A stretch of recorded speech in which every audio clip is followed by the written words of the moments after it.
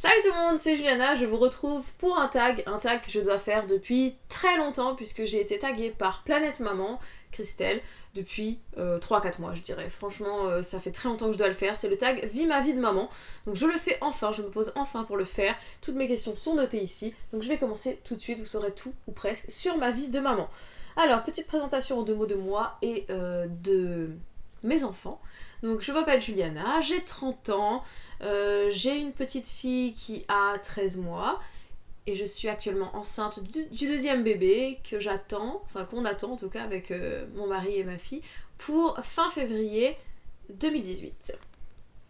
Alors, deuxième question, petit pressentiment du sexe de bébé avant de le connaître ou pas? Concernant le premier bébé, donc concernant Elena, je n'avais absolument aucun pressentiment. Je rêvais tout le temps que c'était un garçon, il me semble, si je dis pas de bêtises, et en fait c'était une fille, et je n'avais aucun pressentiment, absolument aucun. Je sais qu'il y a beaucoup de mamans qui sentent, qui savent un petit peu, elles disent voilà, je sais, je sens que j'attends un petit garçon, et c'est un garçon. Je sens que c'est une petite fille, et c'est une petite fille. Moi, je n'avais aucun pressentiment. Pour le deuxième bébé, c'est exactement pareil, aucun pressentiment. Et donc voilà, à chaque fois pour les deux, ça a été du coup la surprise de découvrir le sexe, puisque je ne m'attendais à rien en fait. Est-ce que tu es maman au foyer ou maman au travail? Je suis maman au travail au foyer, voilà, puisque je travaille à la maison, mon mari aussi, donc on est tous les deux on bosse, mais tous les deux on bosse à la maison. As-tu un objet ou quelque chose de symbolique qui fait référence à ton enfant qui ne te quitte jamais? J'ai pas de bijoux, j'ai pas de tatouages ou de ce genre de choses symboliques. Par contre, j'ai mon téléphone, bien sûr. Voilà, mon téléphone qui ne me quitte jamais. Et sur lequel il y a voilà, des quantités faramineuses de photos de ma fille. Bien sûr, mon fond d'écran, mon écran de veille. Et puis j'ai un petit post-it ici que j'ai fait quasiment à sa naissance, où j'ai écrit Elena, 2,840 kg, 40 cm, sa date de naissance, l'heure de naissance, avec le gros cœur, et puis là en dessous j'ai écrit c'est mon mari, et puis voilà, notre date de rencontre, notre date de mariage. C'est un peu des trucs cucul à praline, mais voilà, on peut dire que c'est quelque chose qui ne me quitte jamais et qui qui fait référence en tout cas à mon enfant.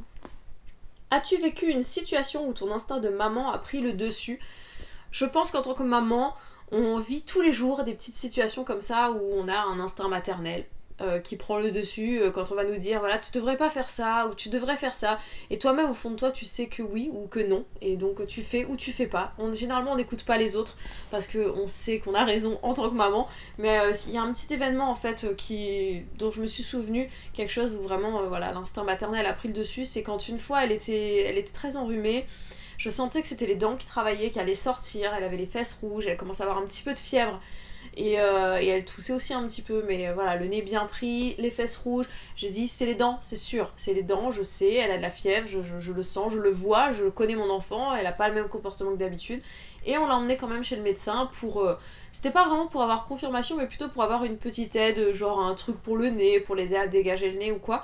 Et c'était pas notre médecin habituel, mais une remplaçante. Et la remplaçante, elle nous a carrément dit, voilà, mais donnez-lui des antibiotiques, c'est un début de comment ils appellent ça là, de bronchiolite. Et c'est pas du tout les dents ça donne pas de fièvre, pas comme ça. Elle a regardé ses dents, elle a dit non, les dents elles vont pas sortir, c'est sûr. Et puis voilà, donnez-lui du Doliprane, hein, même s'il y a pas de fièvre, enfin, plein de trucs comme ça, on est ressorti. J'ai dit tu sais quoi, les médicaments j'en veux pas, on va pas les acheter, ça sert à rien. Je vais pas lui donner de Doliprane non plus parce que sa fièvre elle la tolère très bien. Et finalement quelques jours après ses dents sont sorties. Donc voilà, mon instinct maternel a eu raison, et j'ai eu raison de ne pas écouter le médecin et de ne pas lui donner de médicaments. Donc voilà un petit peu la situation à laquelle j'ai pensé. As-tu gardé ton test de grossesse? J'ai gardé mon test de grossesse pour Elena et j'ai gardé celui du deuxième bébé aussi. Donc il y en a plein qui le font, il y en a plein qui le font pas parce qu'ils trouvent ça dégueulasse. Je l'ai pas inondé de pisse mon test, hein, c'est juste sur la bandelette et que le test il est fermé, donc ça me dérange pas du tout de l'avoir gardé, il a pas bougé, on voit toujours aussi bien la ligne, il est rangé dans un de mes cartons là-haut dans la maison, l'autre il trône quelque part dans mon salon en attendant de rejoindre le premier, donc oui j'ai gardé mes tests de grossesse, même si c'est bizarre. As-tu du mal à te séparer des affaires de ton enfant? J'ai énormément de mal à me séparer. des affaires de mon enfant, j'en ai tellement de mal qu'en fait je ne le fais pas tout simplement. Je ne me sépare pas de ses affaires, j'ai du mal, comme tous les parents j'imagine, à supprimer les photos un peu floues de mon enfant, je le fais quand même mais c'est difficile. Je n'arrive pas à trier ses affaires, à me dire que je dois me débarrasser de certaines choses, donc quand il va y avoir des vêtements qui vont être vraiment abîmés, je pense que je vais avoir du mal à les jeter ou à m'en débarrasser, les donner ou quoi, parce que ouais, j'ai un attachement, enfin c'est terrible et c'est ridicule, hein, c'est ridicule, mais ouais, je peux pas m'empêcher, donc j'arrive pas à me débarrasser de ses affaires. Pour l'instant, quand c'est trop petit, je mets dans un carton, puis je me dis ça servira à ses frères et sœurs, et voilà. Y a-t-il un achat qui te trotte dans la tête depuis quelques temps mais que tu n'as pas encore fait? Alors ça, j'ai longtemps réfléchi à cette question et je pense que pour Elena, il n'y a rien, y a rien de précis que j'ai besoin d'acheter en ce moment. Quand j'ai envie de quelque chose, généralement c'est pas un truc qui va me coûter un rein, donc du coup je l'achète. Je dirais plutôt que c'est pour bébé 2. J'aimerais acheter un transat up and down, un transat en hauteur. Je vous mettrai le lien en barre d'infos si vous voulez voir exactement de quoi je parle. Mais voilà, j'aimerais lui prendre un transat en hauteur, enfin qui fait les deux. Donc ouais, je pense que je l'achèterai, un de ces quatre. Mais bon, pour l'instant ça presse pas parce que bébé 2 n'est pas encore là, donc on verra d'ici là.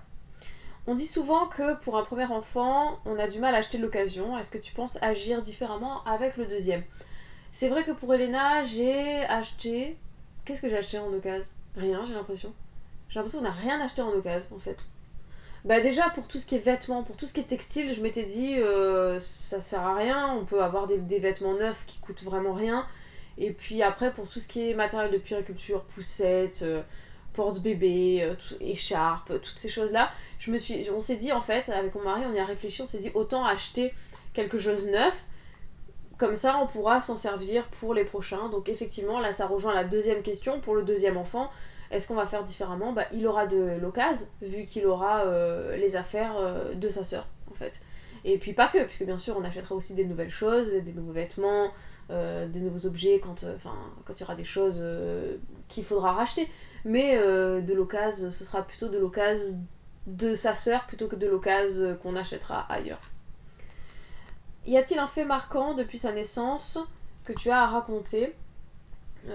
J'en parlais avec mon mari de cette question tout à l'heure, puisque moi il y a tellement de faits en fait marquants qui me viendraient en tête que je sais pas lequel est le plus marquant au final. Et lui m'a dit tout de suite que le fait qu'il a marqué lui en tout cas, et donc qui m'a marqué moi aussi effectivement, c'est quand Elena s'est mise debout pour la première fois toute seule, sans appui. Et je la regardais, elle se mettait debout, elle se rasseyait, elle se remettait debout, et en fait ça m'a fait pleurer, j'avais les larmes aux yeux tellement j'étais émue par ses progrès. Donc ouais, ça c'est quelque chose qui a été très marquant pour nous. As-tu déjà craqué nerveusement depuis que tu es maman? Je pense qu'on doit craquer un petit peu tous les jours. Non, peut-être pas. Mais le gros craquage nerveux, celui dont je me rappellerai toute ma vie, je pense, c'était quand elle était vraiment tout bébé. Elle devait avoir 1 mois et demi ou 2 mois peut-être. Elle dormait pas, elle avait du mal à se rendormir la nuit, elle faisait des nuits difficiles parce qu'elle avait un petit peu mal au ventre, Enfin voilà, c'était un nourrisson tout simplement, et que moi j'avais besoin de dormir et j'étais au bout de ma vie parce que j'arrivais pas à rattraper ce sommeil manquant, ce sommeil perdu que je pouvais plus rattraper. Donc j'étais extrêmement fatiguée et à bout de nerfs. Et il y a eu une nuit comme ça où je dormais tellement pas, parce que j'allaitais Elena, donc du coup c'est vrai que comme elle était dans le lit avec nous, je poussais pas le papa à se lever, puisqu'en fait elle était dans le lit avec moi, à côté, je l'allaitais, et puis ensuite je la rendormais quoi. Et à un moment donné, elle arrivait pas à se rendormir, et j'étais tellement fatiguée que je me suis assise au bord du lit. Je la tenais dans mes bras, et je pleurais. Et puis là, il y a mon mari qui me dit bah alors, qu'est-ce qui se passe et tout. Et je dis je suis fatiguée, j'en peux plus. Et en fait, je pleurais parce que j'étais fatiguée. Et je l'ai admis, quoi, j'étais fatiguée. Voilà, ça a été le plus gros craquage nerveux que j'ai pu avoir, je crois. Voulais-tu plusieurs enfants avant d'en avoir? Est-ce que ton avis a changé depuis? Avant d'avoir Elena, je m'étais dit que j'aimerais bien avoir 2 enfants. Je trouvais que c'était le nombre un peu idéal, voilà, pour faire un petit peu comme la plupart des gens. Je voulais 2 enfants. Je m'étais dit que ce serait plutôt sympa. Et à un moment donné, je me suis même vue ne pas avoir d'enfants, parce que, pas que j'en voulais pas, mais que je me disais, j'ai l'impression que ça rentre pas dans mon schéma de vie. Elena est arrivée par accident, un heureux accident. Et depuis qu'on a eu Elena, en fait, maintenant j'en veux 3, voire 4. Voilà un petit peu. Donc ça a beaucoup changé, effectivement, puisque maintenant que je suis maman, j'en suis tellement heureuse que je veux d'autres enfants. Et je suis d'ailleurs vraiment extrêmement heureuse d'être enceinte et d'attendre le deuxième. Donc voilà un peu pour ce tag, j'espère que ça vous a plu. N'hésitez pas à mettre un pouce bleu si vous avez apprécié. N'hésitez pas à commenter, partager un peu vos avis sur certaines choses. Et puis à aller voir les réponses de Christelle et puis les autres mamans qui ont déjà fait ce tag, puisque je crois qu'elles sont déjà plusieurs. N'hésitez pas à le faire, ce tag, si vous-même vous avez une chaîne maman ou une chaîne quelconque où vous parlez aussi de maternité. Et puis abonnez-vous à la chaîne si c'est pas déjà fait. Je vous dis à très vite pour une nouvelle vidéo. Ciao ciao.